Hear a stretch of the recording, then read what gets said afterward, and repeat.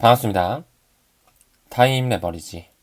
시간을 들여 막대한 수익으로 치환한다.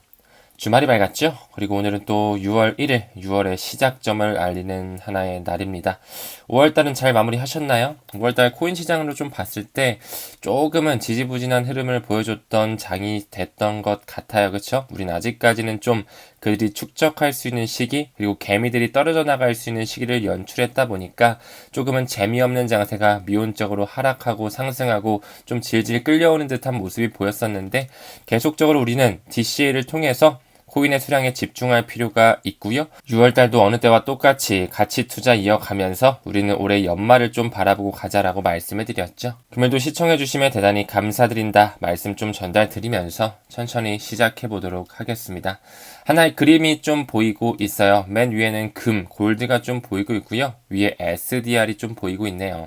SDR 같은 경우는 이 IMF에서 찍어내는 하나의 통화로서 특별 인출권이라고 하거든요. 플레임으로는 Special Drawing Rights라고 하고 있는데, 즉 다시 말해 국제통화기금 IMF에서 찍어내는 하나의 특별 권리 인출권이라고 봐주시면 되겠죠. 이 국제수지 악화에서 담보 없이 필요한 만큼 외화를 인출할 수 있는 권리 또는 통화를 SDR이라고 한다라는 거 알아주시면 되고요. 지금 현재 전 세계를 아우르고 있는 대표적인 통화 5가지가 좀 나오고 있습니다. 물론 미국 달러가 기축통화가 맞지만 유럽의 유로화, 그리고 일본의 엔화, 중국의 위안화, 그리고 영국의 파운드화가 대표적인 기득권 통화라고 말씀드릴 수 있겠죠. 이 문명의 주인공들이 이제 슬슬 디지털 통화로 가기 위해서 통로를 만들고 건설망을 구축하고 있다라고 말씀을 드렸고요. 머지않은 시점에 CBDC가 실질적으로 구현되는 시장, 그 시대가 우리 앞에 펼쳐질 것이라고 말씀을 드렸습니다. 지금 현재 여기 보이는 것처럼 뱅크 오브 아메리카라든지 웰스파고라든지 시티, JP모건 등등 연준을 이루고 있는 사립은행들의 집합체들 그 페드에서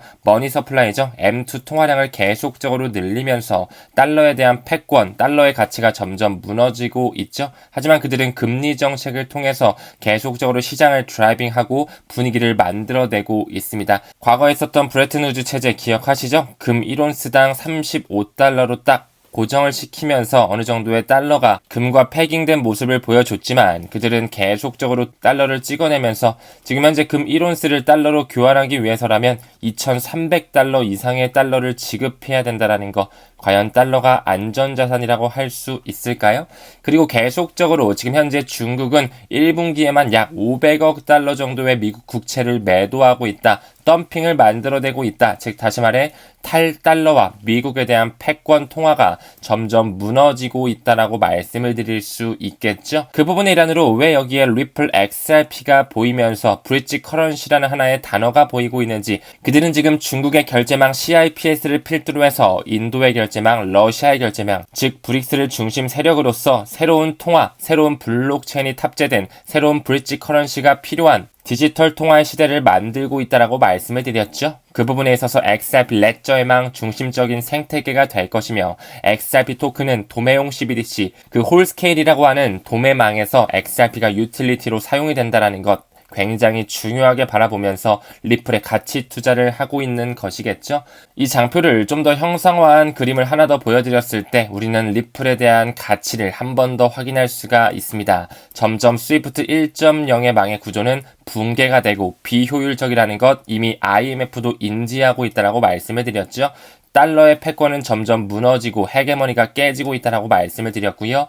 영국을 필두로 한 HSBC 이미 리플을 게임 체인저라고 언급한 바 있었고 그들은 메타코를 채택했다라는 거 말씀을 드렸습니다. 아시아 개발 인프라 투자은행, 더 나아가서 NDB라고 하는 신개발은행, 그들이 필두로 해서 계속적으로 브릭스를 필두로 한 중국의 CIPS뿐만 아니라 러시아의 SPFS, 인도의 SFMS 등등 그들은 계속적으로 블록체인이 탑재된 국제 메시징 표준을 채택하면서 브릭스의 힘을 점점 강화시키고 있다라고 말씀을 드렸죠. 누가 보면 중국과 미국이 대립하는 것처럼 보이지만 그들은 하나로 연결되어 있다라고 말씀을 드렸습니다. 그 부분의 일환으로 이제 점점 달러의 패권이 무너지다 보니까 중국 같은 경우도 지금 계속적으로 금을 사재기하고 있죠. 시간이 지나면 지날수록 완전히 새로운 디지털 경제가 열리게 됐을 때 어떤 친구가 세계 준비 통화로서의 가능성, 그 포텐셜을 가지고 있는지, 그리고 기관의 채택이 있을 수밖에 없는 이미 BIS와 함께 스위프트와 합류되어 있는 토큰은 무엇이고 어떤 네트워크가 사용되고 있는지 공부를 통해 확신을 가질 필요가 있어 보입니다. 왜 그 기축통화인 빅4 자산 운용사들이 지금 현재 깊숙하게 들어가고 있는 디지털 커런시 그룹이 리플의 지분을 소유하고 있는지를 다시 한번 생각해 본다면 그들의 의도가 다분히 좀 보여지는 것 같은 느낌을 받으시리라 생각을 합니다. 다음 기사 봤을 때 싱가포르의 최대 은행 DBS죠. 싱가포르는 금융의 허브라고 불리는 은행으로 먹고 사는 나라, 그리고 DBS 같은 경우는 세계 최대의 디지털 뱅크라고 말씀을 드렸습니다. 이더리움을 대규모로 보유하고 있는 게 확인이 됐다. 와, 이더리움을 보유하고 있어? 과연 XRP는 보유하고 있지 않을까요? 반드시 보유할 수밖에 없을걸요? 왜? DBS에서는 이미 이 6가지의 토큰을 인덱스로서 활용하면서 그 뒷배에는 싱가포르의 최대 국부 펀드라고 알려진 테마섹 홀딩스와 이 싱가포르의 투자청이죠. GIC, The Government of Singapore Investment Corporation이 뒷배로 있기 때문에 비트와 이더뿐만 아니라 우리가 집중적으로 투자하고 있는 리플 XRP 또한 그들은 가지고 있을 거라고 저는 개인적으로 생각을 합니다. 에이다와 폴카다 또한 지금 현재 굉장히 저평가돼 있지만 가치 반영이 될 수밖에 없는 시기가 도래할 것이라는 거 저는 확신을 가지고 있거든요. 그 부분에 관련으로 컨센서스 2024에서 리플의 브래드 갈링하우스가 이런 얘기를 했네요. 많은 매체에서 언급되고 있는 솔라나의 다음 ETF 가능성뿐만 아니라 리플과 카르다노, 에이다, DBS에서도 품고 있는 이 코인들의 현물 ETF 또한 시간 문제라는 것을 이야기해주고 있다. 그들의 시기의 저울질이 점점 마무리가 될 수밖에 없습니다. 왜? 올해 11월에는 미국 대통령 선거가 있기 때문에 바이든 행정부도 이제 뒤로 물러설 데가 없다. 표권을 가져오기 위해서 코인 투자자들의 민심을 잡기 위해서는 반드시 리플과 SEC의 소송으로 큰 이슈를 만들면서 암호화폐를 받아들이는 듯한 태세 전환, 그런 스탠스를 취하면서 어느 정도의 분위기를 가져오려고 할 것이지 않을까, 이런 개인적인 생각을 좀 공유드려 봅니다. 다음 기사 봤을 때 마운트 곡스의 불확실성이라고 하면서 대중들에게는 굉장히 무서운 이런 재료들이 뿜어져 나오고 있어요. 그쵸? 마운트 곡스의 불확실성 때문에 비트코인 가격이 계속 상승을 방해시켜 잘 안 올라 지지부진한 흐름을 주고 있어. 하나 더 볼까요? 마운트 곡스 이 비트코인에 이동됐어요. 최근에 몇 개가 이동됐죠?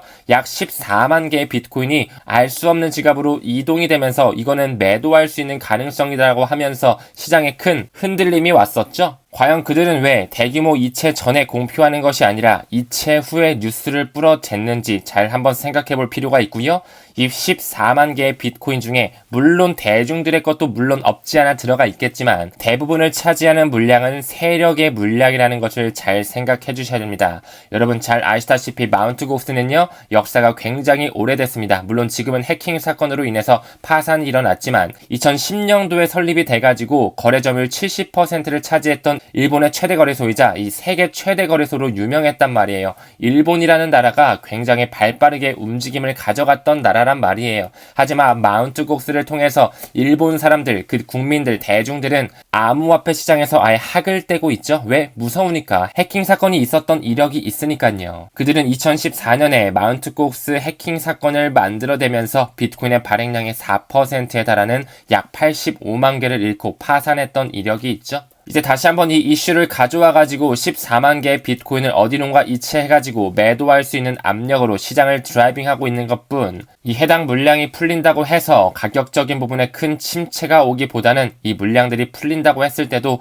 그들은 계속적으로 슈퍼사이클까지 가져갈 확률, 그리고 비트코인 현물 ETF 쪽, 이더리움 현물 ETF 쪽으로 자금을 다시 한번 넣을 확률이 굉장히 크다라고 저는 생각하고 있거든요. 많은 대중들이 지금 현재 어때요? 한 70%, 80%? 아니요. 제가 봤을 때 한 90%의 대중들이 야, 코인 그거 위험한 거 아니야? 야, 지금 내 친구들 코인에 다 물려 있어. 그거 뭐하러 투자해? 그거 허상 아니야? 야, 암호화폐 그거 무서워서 나 어떻게 투자하냐? 대부분의 사람들이 이런 인식을 가지고 있단 말이야. 뭐 마운트 곡스뿐만이 아니죠. 여러분 잘 아시는 테라 루나 사태 잘 아시잖아요. 권도형을 필두로 해서 원래 1달러로 패깅된 그 루나가 갑자기 달러와의 스테빌리티를 지키지 못하면서 급락했던 일이 있었죠. 저는 개인적으로 블랙록의 행보라고 생각을 하고 있습니다. 이 기사에도 보이시죠? 폭락 뒤에는 블랙록 그리고 시타델이 있었다. 누가 들으면 음모론이라고 할 수 있겠지만 왜 블랙록이 그렇게 큰 자금을 갑자기 테라, 루나에다가 쏘아대면서 어느 일정 기간이 지나자 급속도로 매도를 했는지, 급속도로 던져버리니까 이 테라, 루나가 버티지 못하고 안정성이 깨져버린 것이잖아요. 즉 다시 말해 그들 세력이 드라이빙하면서 폭락 시장을 만들기 위한 하나의 재료로 삼았을 확률이 무척 높다라고 생각을 하고요. 여러분 잘 아시다시피 미국의 대형 거래소라고 불리웠던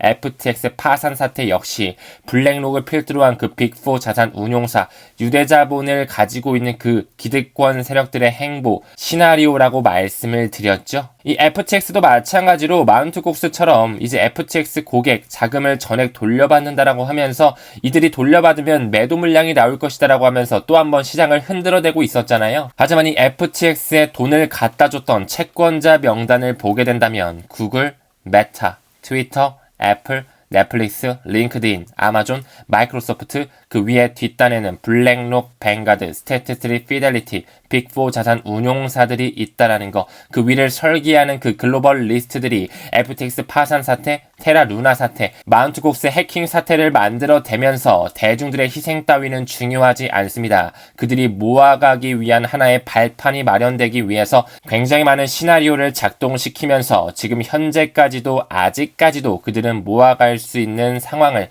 만들어내고 있다. 대중들은 투자 못하게끔 만들어냈죠. 이미 엄청난 이벤트들을 만들어왔을 뿐만 아니라 그들은 현재 고금리, 고물가 상황을 만들어냈기 때문에 기관의 자금만 들어와서 자리 잡는 그 현상을 대중들은 나 몰라라 하고 앉아서 지켜볼 수밖에 없는 상황을 만들어낸 것이겠죠. 우리는 그 세력들의 의도를 좀 파악하면서 계속적으로 비트코인 반감기 사이클, 올해는 굉장히 중요하다라고 말씀을 드렸습니다. 어쩌면 우리가 축적할 수 있는 마지막 기회의 시간, 이 베어 트랩을 잘 활용해야지만 올해 연말을 잘 장식할 수 있다라는 거, 지금은 준비할 시기다. 다시 한번 좀 강조드리고 싶어요. 다음 기사 봤을 때 이더리움 미결제 약정, 풋콜 비율이 1년 최대치로 보여지고 있다. 미결제 약정이 뭐였죠?